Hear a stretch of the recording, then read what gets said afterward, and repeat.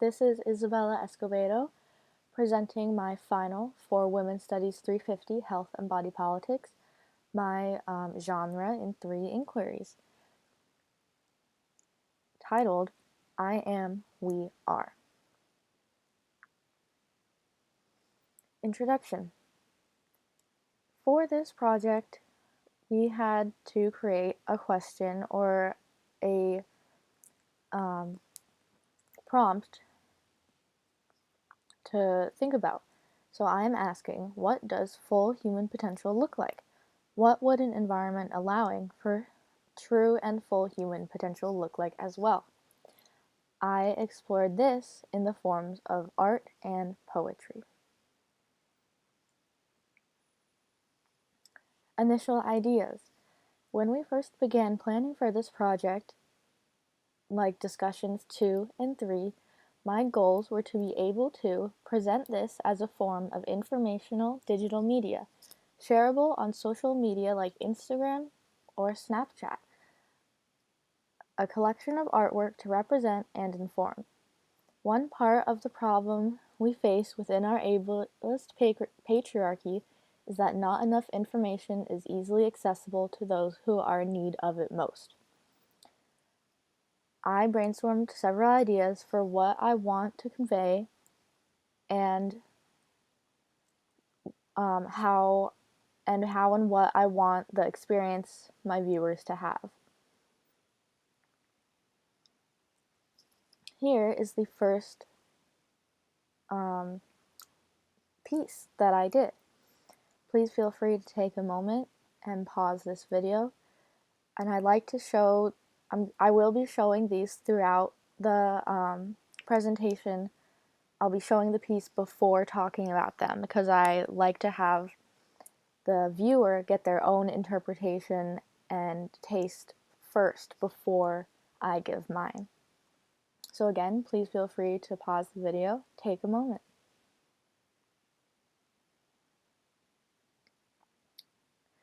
All right. So this piece I call Embrace. It was one of the first things that I felt really good about creating. I call this piece Embrace because it is what I imagine feeling when considering the energy of true, compassionate humanity.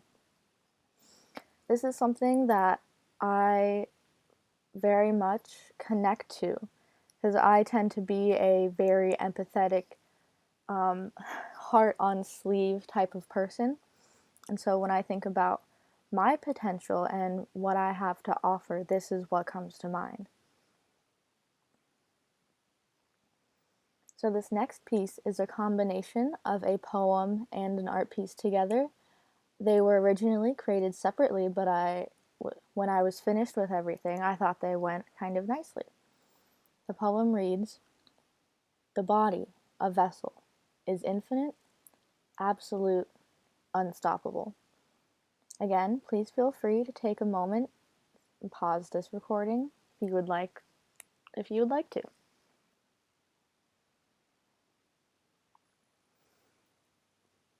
This is a piece that I had a lot of fun with.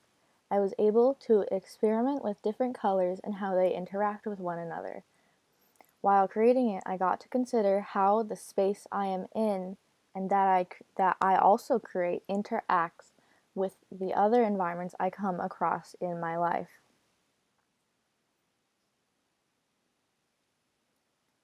Here is a poem.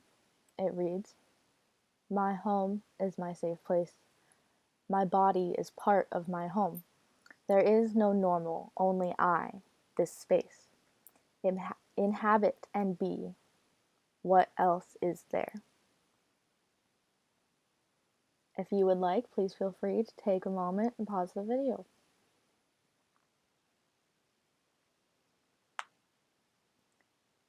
Here is the next piece. Again, if you would like, please feel free to pause the video, take a moment to get your initial perception of it.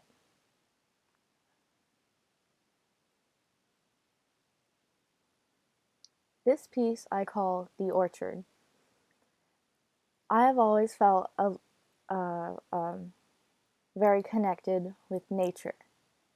And this type of orchard, bodily, feminine energy is what I imagine as as an analogy for growth and potential. My favorite trees have always been redwoods. Their bark is very soft, yet beautiful, and yet they stand so tall. I think that is what I admire most. The idea of an orchard is that we are all growing together. No matter how we got there, or how or when we are crossing paths, we have come from similar soil.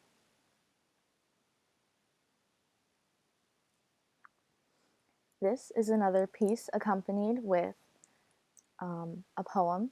It reads, "How do you fit into something that is not there?"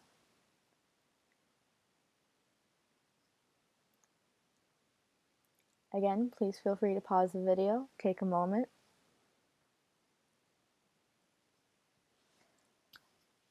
Here is the piece without the words over it, and I call this piece Together.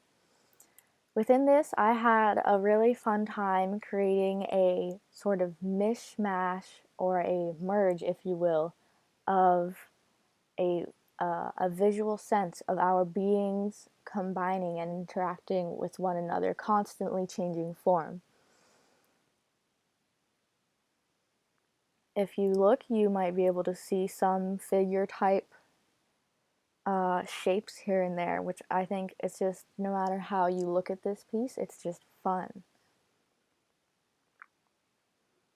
Here is the next piece. Please feel free to, again, pause the video, take a moment if you would like.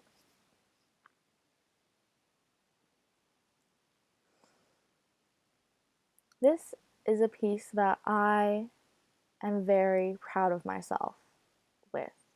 I'm really happy with how it came out, and the inspiration behind this is community with support, and how it's such a crucial part of what I imagine for like the ground, the building blocks for becoming, for growing. Almost, it's kind of like that quote, "It takes a village." That's what I think of for this piece, and what this piece makes me think of in return. The next following few images are going to be part of a series relating to the last piece.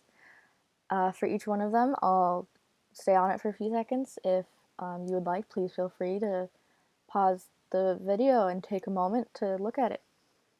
Here we go.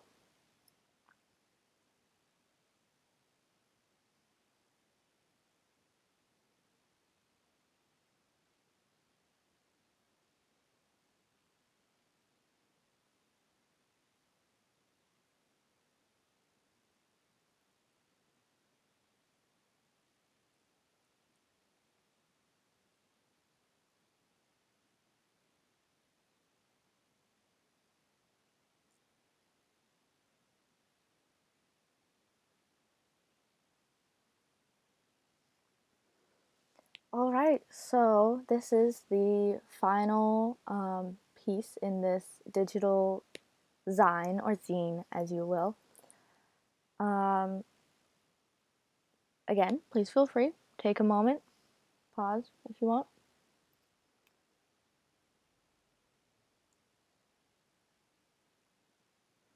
So this piece I call Roots, and its origin is kind of funny because it came about just from, it was original just pencil scratches of that I had done trying to practice drawing roots.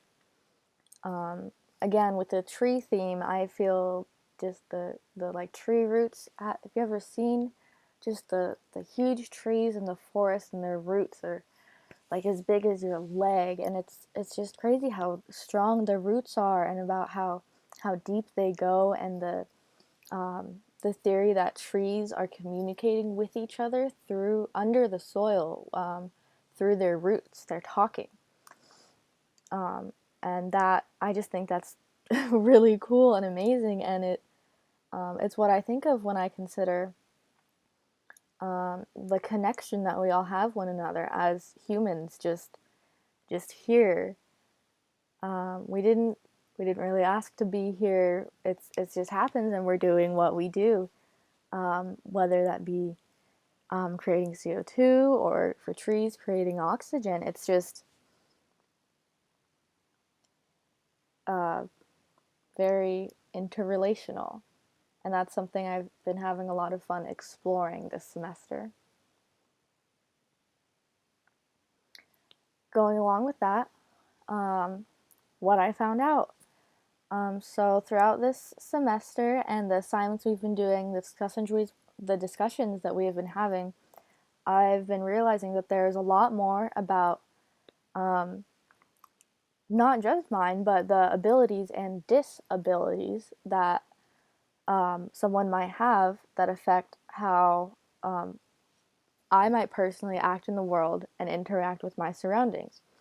Everyone has abilities and things they're not so good at, or like disabilities, that impact how we perceive the world around us, and in return, how others in the world might perceive us. And I think that's something that's really important to remember when trying to focus on the disability studies that we've been learning about in this class, because we can really, there's only so much we can know from experience without actually being in someone's shoes, if you will. So, as someone like me who is, I am what you would call able-bodied, but I am, though I am neurodivergent. Uh, so it's been, and I've had quite a journey trying to deal with that and cope with that, and how it affects me and my day-to-day life, and how I function as a human with the cards I've been dealt. Yeah. So conclusion. Um, Within this class, we talked a little about intersectionality, and that was something I had a lot of interest in. And so through that, I've learned that we all experience the impacts of intersectionality every day, whether we're realizing it or wanting it to or not. This is just something that just is, and it's something that I can carry with me and let help me learn more about how I'm going to interact with myself, my surroundings, and others that I meet in my future, and as well as into hopefully a career, and as well as building an environment and community around me that can lead a pathway for my full potential.